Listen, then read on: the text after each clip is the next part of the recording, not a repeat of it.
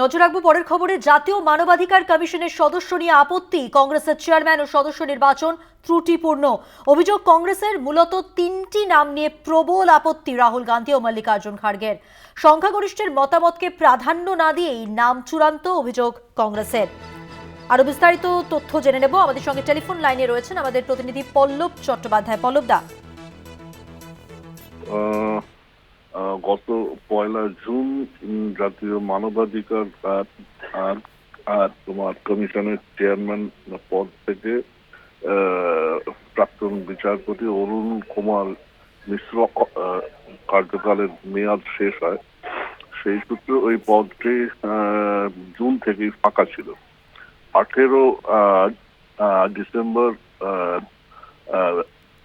তোমার কি বলে প্রধানমন্ত্রী নরেন্দ্র মোদীর নেতৃত্বে উচ্চ ক্ষমতা সম্পন্ন একটা কমিটি সেই পদে সুপ্রিম কোর্টের প্রাক্তন বিচারপতি ভি রাম সুব্রমণিয়ন এবং কমিশনের চেয়ারম্যান হিসেবে প্রিয়ঙ্ক কানুনগো এবং ডক্টর বিচারপতি বিদ্যুৎ রঞ্জন সারেঙ্গিকে নিয়োগটা করেছে।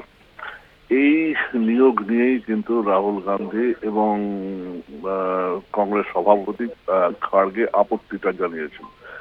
তাদের বক্তব্য যে বিজেপি যেহেতু সংখ্যাগরিষ্ঠ, সেই সংখ্যাগরিষ্ঠের মতামতটাকেই প্রাধান্য দিয়ে কিন্তু এই নিয়োগ, সেখানে এই নিয়োগের ক্ষেত্রে বিরোধীদের মতামত বা নেওয়ার যে একটা রীতি সেই রীতি কিন্তু লঙ্ঘিত হয়েছে।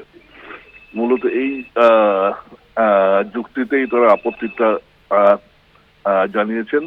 এখানে বলে রাখা ভালো যে এই শূন্য পদগুলি পূরণ করার জন্য কংগ্রেসের তরফ থেকেও কিন্তু কয়েকটি নাম দেওয়া হয়, যে নামগুলো বিবেচিত হয়নি।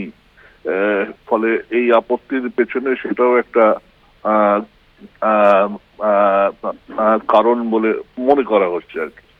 হ্যাঁ, মনুমন্ত্রী। ধন্যবাদ। কথা বললাম প্রতিনিধি পল্লব চট্টোপাধ্যায়ের সঙ্গে।